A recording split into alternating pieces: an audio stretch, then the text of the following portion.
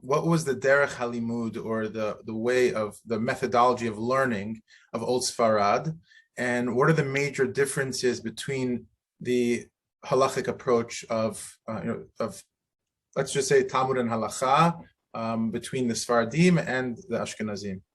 Right. So there are two main principles that Sephardi Hachamim espoused, and of course those two divide into many others. But the two main ones are: one is that the study conducted by the Hachamim of the Talmud was alibah de hilchata. The purpose of studying the Talmud is to derive the halacha. That's number one.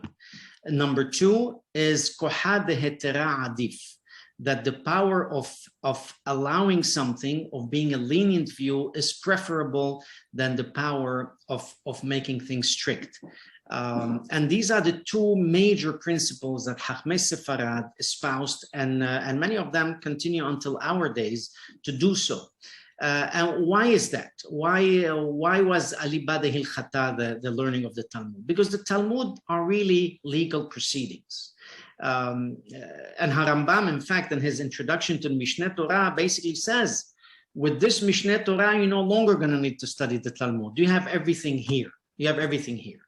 So now, should a person not study Talmud? Of course not. We're not saying that. But we are saying that the Talmud was basically a legal proceedings. Yes, it has a lot of agadot. It has a lot of ma'asim. Those are peppering, so to speak, the Talmud for us to learn musar from them, from us to learn a parable from it, a moral from them. But the rest of the Talmud is legal proceedings. Now, who studies legal proceedings? Take our society that we live in. Who needs to study legal proceedings? Lawyers. Lawyers need to study legal proceedings so they could understand the law, the path of the law, and so they could basically decide the law once they become judges. So that is the legal proceeding. Now, does every person in society learns legal proceedings? Of course not. They don't need to learn it. They should not learn it, because they should more learn whatever in their endeavor is in their area of study. As a doctor, I have to learn a lot of research that has been done to arrive at how we treat a disease, what kind of medication we and why the medication works or doesn't work, etc. Those are scientific medical proceedings, so to speak. Does anybody learn it? No, only the doctors and whoever is in charge of that, of the health of a person, they need to learn these things, because sometimes the standard medication may not work, but by knowing other medications that have some interactions, maybe we could use sometimes a medication, what's called off-label. And that's exactly in Halacha. The Gemara, the Talmud are legal proceedings. That who need to study them? Lawyers. What are the lawyers? Hachamim, right? The Hachamim that are Jewish lawyers or lawyers in Jewish law, right? And eventually they become Dayanim and so on and so forth. They have to learn the Talmud back and forth. But for what reason? Again, alibah de hilchata, so they could come down and conclude what the halacha is. So when they are asked to question, what should I do for this situation or that situation, they know what the halacha is. And when there is a situation that is not so clear, they could decide, they could be the posek of that halacha by learning and knowing the Talmud, where sometimes the Talmud, there is a minority opinion that in some cases it's important to apply, especially when there is a need of tzorchei sibur, the need of the public, or when sha'at dahak, so on and so forth. Extraordinary situations that Hachamim, as lawyers in Jewish law, have to decide. And that's what the Talmud is all about. Where Ashkenazim and Yeshivot Ashkenaziyot in Europe studied the Talmud more for intellectual exercise, not necessarily alibah de hilchata, not necessarily to derive what the halacha is, for intellectual exercise, which is wonderful. Not saying it's wrong, but with intellectual exercise, you're not going to come to the conclusion what the halacha is. You're always going to end up, it could be this way, it could be that way. We have this shita, we have that shita, we have the third shita. Okay, and what is the halacha? Many of them can't come up with the halacha. There's only very few that are poskim that are able to come with that halacha.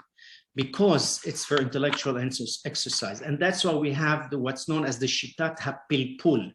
Shitat HaPilpul, what if this and what if that? And they come up with a lot of what ifs just for intellectual exercise, and at the end will not come to Alibad Hilchata, where Chachamei Sfarad, they were more interested in Alibad Hilchata.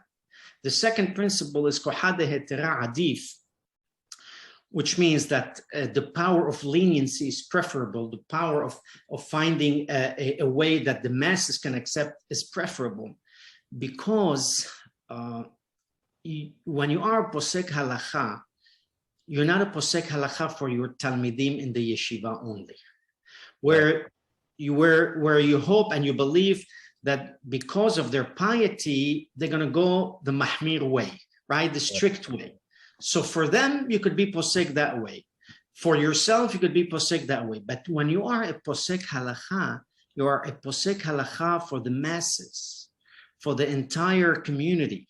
And that entire community has many colors and degrees of observancy, abilities, understanding levels, so on and so forth. And so when you are posek halacha, you have to find a common denominator for all of them, that they are able to keep.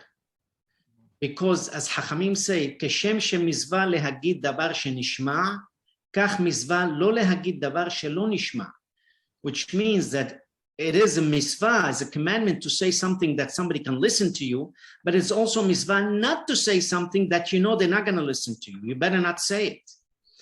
And so when a posek halacha is posek the mahmir way, the strict way, he's leaving behind maybe 90% of the people that are unable to keep up with that halacha because it's too strict for them, and they won't be able to keep it. So that's why Chachmei Sfarad were very, very careful to make sure that when they are posek halacha, they posek the lenient way to be a common denominator for all the community. For themselves, might be mahmirim. Alav Shalom Mor Avi, my father, who was a Chacham in Aleppo and in Lebanon and in Mexico, he was for himself very, very mahmir for himself.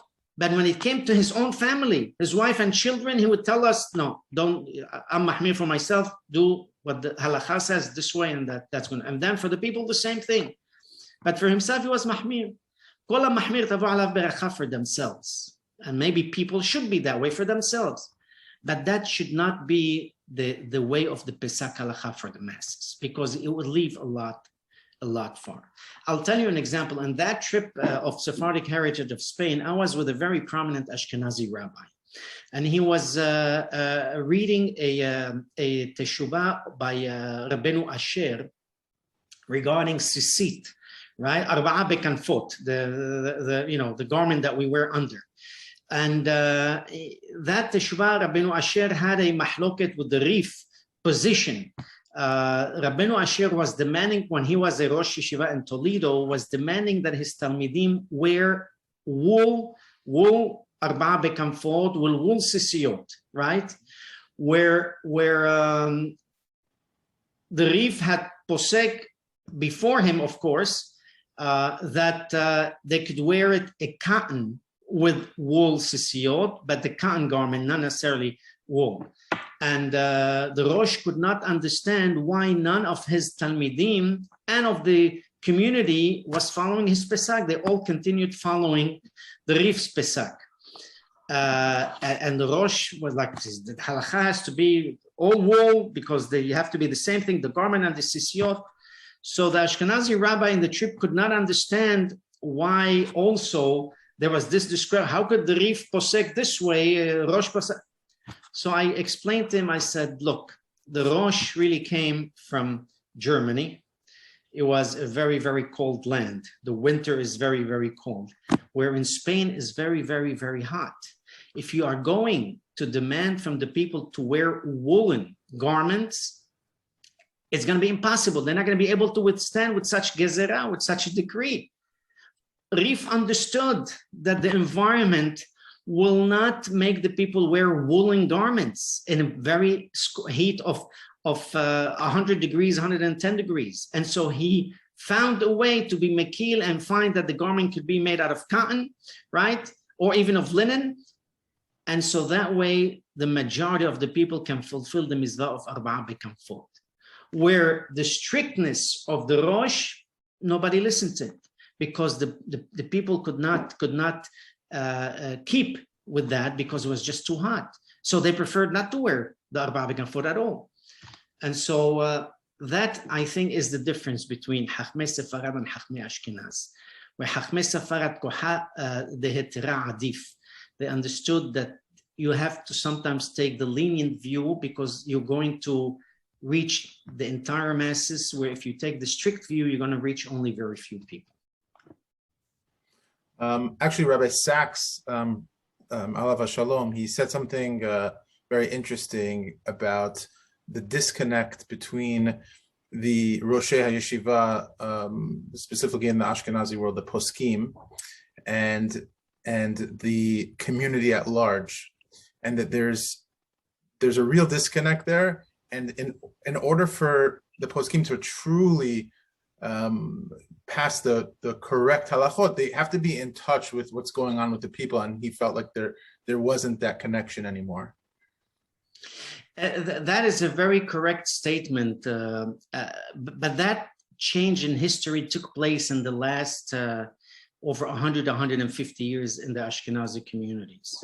The Posek Halacha was always the Rab Harashi of that community. The Rosh Yeshiva was simply a Melamed Tinokot, was known as a Melamed Tinokot. The Rosh Yeshiva had no say in the Pisak Halacha for the Kehillah.